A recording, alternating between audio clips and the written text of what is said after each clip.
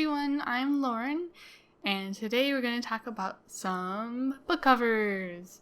Today specifically, I'm going to talk about some covers that I don't really like that much. I know the saying goes that you can't judge a book by its cover, but today we're kind of doing that. I really like a good book cover, so it does sadden me a little bit to see something that is unappealing, bad even, on a cover. And I have very specific opinions on what is a good or bad cover. So this video is, of course, just going to be my opinions on some covers that are bad or ineffective at the very least, or just I don't really like. For this, I'm going to mostly be talking about books that I own. There will be a few that I'm going to talk about that I don't own, just because I don't actually have too many books with covers on them. Most of them are either I really like or they're fine, they're not really bad or good. So I think there's about 10-ish here, so let's just get on into it. The first one I want to talk about is a book that scarred me as a kid, and that is Oversi Under Stone by Susan Cooper. I haven't read this in a while, so I don't really know what it's about. I know it's a fantasy. As a kid, I certainly thought it was a horror. I don't own this version, but I'll put it up on the screen somewhere.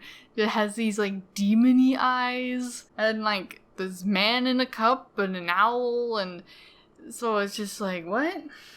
I don't even read this as fantasy. It's just weird and scary. I was really scared of this cover when I first saw it as a kid. And it's supposed to be a kid's fantasy book. It's not supposed to be an adult fantasy, so I don't really know why they decided to go with that. Maybe just kid standards when this originally came out were a little different. I don't know. I don't remember when it came out, but it definitely came out way before I was born, so the version I saw was very creepy, and I really don't think this is a good cover, both in terms of execution and in terms of telling the reader what the heck the book is supposed to be. Here's something that I've owned for a really long time, and that is Grimm's Complete Fairy Tales by the Brothers Grimm. I'm sure a lot of people are aware what this is. Lots of fairy tales. Well, some of them are kind of spooky, sort of, but they're not horror. They're more supposed to scare kids. Don't do certain things.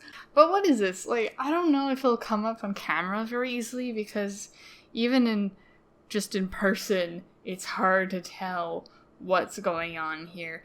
But these are trees, and they're angry trees, and I don't really know why this is the cover that they decided to make for this edition. Ooh, spooky trees. That's the first thing I think of when I think of Brothers Grimm. It would have been so much better to go with a more generic, fairy tale-esque cover instead of just creepy trees. They could have picked one fairy tale and based it off of that. And is there a fairy tale about creepy trees? I don't know. To me, this one just looks awful, in my opinion. It looks terrible. It isn't even very visible, so it wouldn't really stick out on store shelves unless you were specifically looking for it. It doesn't have the right tone either, in my opinion, for what's inside, so I think it's just a complete failure of a cover. Thankfully, since this is kind of public domain stuff, there's plenty of much nicer editions out there, and I'll be replacing this very soon, so I won't have to put up with this stupid cover for much longer. The next two I want to talk about, they're in the Queen's Thief series by Megan Whalen Turner. The Queen's Thief series has been going on since the 90s, and is only just finishing up this year with its 6th book. So there's been quite a few different printings and quite a few different cover styles and whatnot. And I don't know, for some reason I decided to go for the hardcover editions. But all of the books in the series vary in different looks. Some of them are fine, but The first two have some really awful covers. First we have The Thief, and it's just guy in brown. I guess this is a hand, but he doesn't look pretty worried about it. He's just like, yeah, whatever, man. I'm just sitting here. And I don't even know who this character is supposed to be, and I've already read it. This doesn't tell me anything, and I just think it looks really bad. It's just very brown. Why did they decide to go brown? And like, the backside is green. It's this vomit green. And like, even the inside, it's like, ugh, what is this mustardy, awful color? It's just very ugly, and it doesn't tell me anything about it. So I really don't like this one. The second book in the series, in the hardcover version, has also has a really bad cover, and that is The Queen of Atolia. Why is there a hand just on the stone? Like, the hand's not doing anything interesting. It's not covering up anything. I guess the rock's kind of scratched up. Is it supposed to be hiding a thing? I don't know. And this building thing, I don't know. It looks to me like it's traced. It doesn't look like it's well drawn either. So it tells me even less, honestly. It's like, I wouldn't even know what genre this is. Like, historical fiction, maybe would be my guess, because these look Greek-ish. I don't know. This is awful, and I really don't like it. At least it's not baby vomit, or whatever, mustardy, and I think this is the author on the back, so at least it's not as bad color choice-wise. But, the next one I want to talk about isn't necessarily really bad. It's just I don't particularly care for it. I feel like the other ones that I talked about so far are very much, yeah, these are bad. This one is just kind of more taste, I guess. And that is The Long Way to a Small Angry Planet by Becky Chambers. I just don't like how it's this big block of text and this ship that is, I don't know, it looks kind of weird colored with everything else. Like, we have this green and yellow and red and orange, and then on the back is some more green. I'm not really a big fan of covers that are mostly text. They're just text. I definitely prefer more illustrative art, or at the very least something that's well done if it has to be with photos. But I haven't read this yet, but this is supposed to be a more calmer slice of lifey sci-fi, I think. But this just kind of tells me it's in space, and look at all this text and all these different colors. I don't know. It just kind of doesn't mesh well for me. I definitely much prefer the covers on the sequels, which have more like, ooh, look at space, there's people looking up in space. I don't know, they just look so much better than this. And I don't even think there's an edition that has those nicer covers for the first book. It's like, I can't even have matching editions that are nice. Grr. I feel like classics often get the short end of the stick when it comes to covers. You know, like, publishers don't need to push as hard to get people to buy the books, because it doesn't matter what's on the cover. People know about the book, and people are gonna buy it. So one of the classics I want to mention that's in this kind of situation is The Mysterious Affair at Styles by Agatha Christie. I do like this line overall of the Poirot series from William Marrow, imprint of HarperCollins, because for the most part they're pretty clean and nice quality paperbacks, and that's why I went for this one, because I wanted to have them matching. But this particular one is just, what's with this bottle? It's like someone took like a stock image and then just slapped on some text onto the bottle, and maybe they had to put this stopper on, which looks like someone put a weird texture on there. And just, yup, that's good enough. I think there's some other ones that are really bad like this in the Poirot series, but I don't have too many of them yet. But this is definitely a really bad one. Just, lazy. It's just lazy. And I really don't like lazy covers. Another classic that I want to mention is something that I haven't hauled yet for you guys, but I should be hauling soon. I do want to mention the first part in this particular edition of Romance of the Three Kingdoms, attributed to Lu Guanzong. This particular edition is translated by Moss Roberts, and it's just trees and different colors and all sorts of different fonts. I think we have, this is one font. I think this is a second font. This might be the same font, but it's a different color. And this, I think, is a different font. So we have, several different fonts. We have all these different mishmash colors. We have trees. And we have this little itty bitty bit that lets you know that there's fighting and it's Chinese based. And it's just wowee! This cover is not very inspiring of a Chinese classic full of treachery and deceit and politics and stuff like that. At least from what I understand. Haven't read it yet. Although I do cut it a little bit of slack in this case because this edition is printed by University of California Press. So it sounds like it's a small publisher / it's a university. So I imagine they don't have much budget for an artist. Because, it sounds like people use this to study from. While I really don't like the cover, it's a little bit more understandable than some other books that I've shown here. Another one that I want to mention, thankfully I don't have this edition, but it is a very popular series here on BookTube, and really off of BookTube, and that is Mistborn, or The Final Empire. This one says Mistborn on it by Brandon Sanderson. I don't like this particular cover. This is one of the newest printings of it, I think. I don't know if it's for the mass market or something else, but it's just shattered glass. It out of a cathedral or something. Wow, that totally tells me stuff about the book.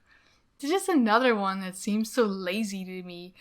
I know what scene they're referencing, because I've read it, and it's definitely one of the bigger scenes, and I do recognize that from this. It doesn't really look that good, in my opinion. At least it has a unified color scheme, but that's not much else is going for it, in my opinion. I much prefer this edition of the Mistborn series because it has a nice painted cover. The Song of the Lioness series, also the Immortal series, has these sorts of covers by Tamora Pierce. All of them just have object and then decorative background around it, or decorative border around it.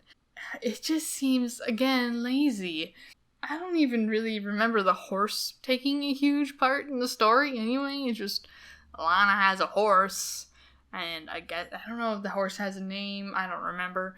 It just feels like they probably found some stock image of a horse somewhere, and they could use it. They just plunked it there. Hey, we have a stock image of a book background border thing. Let's just plunk it on there, adjust some things here and there so it doesn't look completely trash. I'm also not a huge fan of decorative stuff for my book covers. I'd much prefer art on it. The people or the world art or something. The next two I want to talk about is a weird combo because I don't think I've seen something like this done for a series before. Something I like for books in series for the covers is them to have a sense of belonging together. So obviously they don't have the exact same art on them, but something similar-ish, similar feeling. So you get these books go together. This series does not really do that. At least so far from what I've seen. So what I want to talk about is the Mirage series by Somaya Daoud. The first book, Mirage, has this kind of abstract, crystally, purpley cover, and I don't particularly like it because it doesn't really tell you that much about it. I wouldn't have known it was a sci-fi just from the cover, and it's got like political intrigue and princess who kidnaps someone else to be her body double because they look identical, and you don't get any of that from that. You don't even get the uniqueness from the cover. It just kind of looks like abstract shapes, and that's all you get.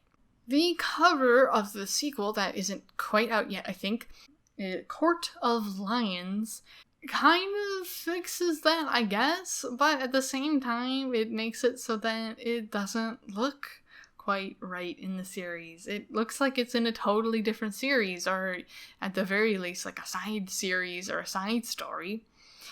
The title doesn't even really fit well with the series as a whole, like Mirage and then Court of Lions.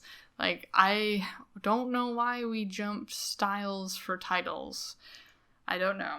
To me, at least, the art looks, well done enough, and you can tell, like, where they are, and, they're two similar looking women. But with such a dramatic cover style change, it doesn't look right. It doesn't look part of the series. So, it does take my complaints and fixes them, sort of, with this new one. It also just feels weird at the same time. And also, this is more of a thing that I notice because I draw art, and so anatomy mistakes can sometimes really stick out for me. But I feel like their heads are a little bit too big. They are approaching a little bit chibi-esque, which I don't think they're trying to go for. And the other thing that sticks out a lot more for me is I'm pretty sure the character in the front, her arm is too short. And I can't help but look at it and go, her arm is too short. I just wish her arm was proper length.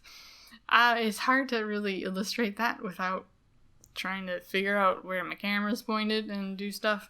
But it looks like it's straight down and then like bent over this way, and it looks like it goes only halfway through the chest, but her arm is straight down like this, so it's not sticking out like this. It should be down. I don't know how else to explain it. It just looks short and it bothers me. So, again, this isn't necessarily so much a bad cover, it's just I don't think it works so well. The last thing I want to talk about is not a single book.